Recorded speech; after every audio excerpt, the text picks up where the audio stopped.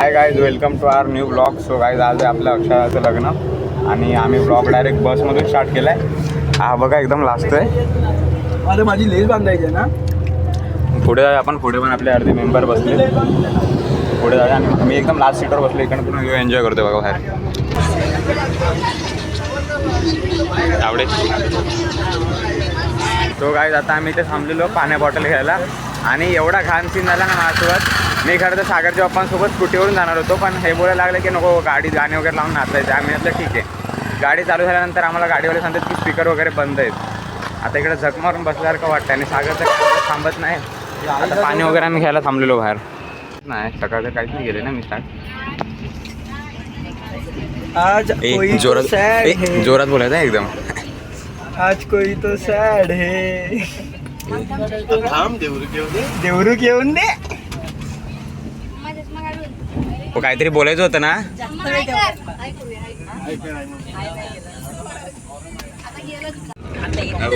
बोला आता काय तुम्ही कॅमेरा चालू करायला लावला मला.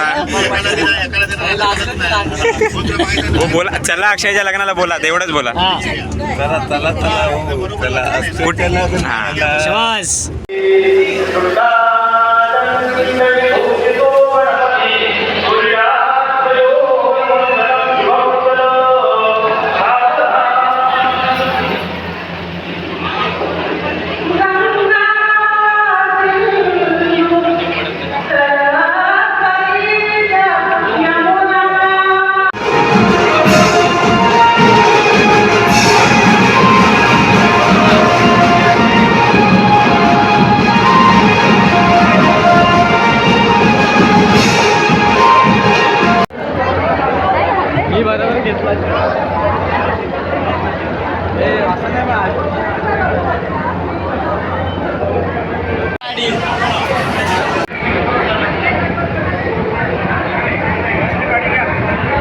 तो गाईज, आता लग्न झालं. आम्ही इकडे बाहेर फोटोशूट वगैरे करत होतो इकडे आणि आता आम्ही जेवायला वगैरे चाललोय. हा बघा तावडे, ह्याला घाई लागले जास्त.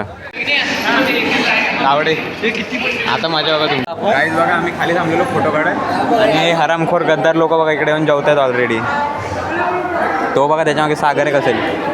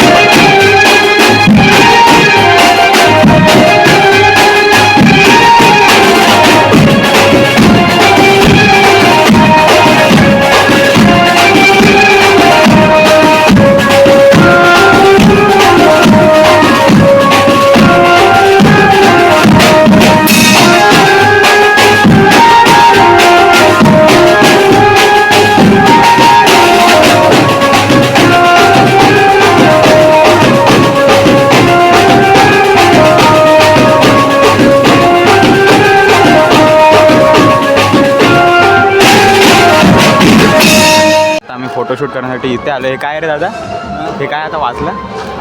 काय होतं हे? मी वाचलं, लक्षात नाही.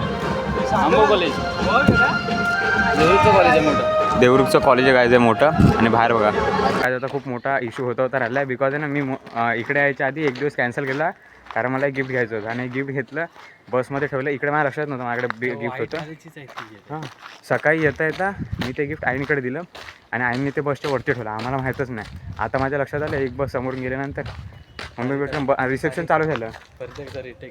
नाही काय नाही इश्यू होत. हां, आणि नंतर मग मी परत हे गिफ्ट जाऊन घेऊन नाही, गिफ्ट भेटलं.